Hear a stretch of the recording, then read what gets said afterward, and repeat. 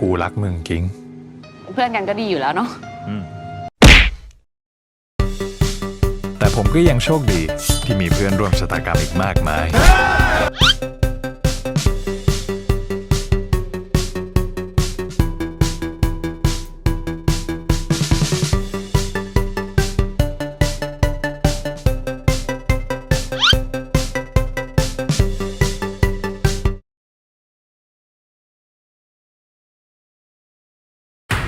เขินทำไมเนี่ย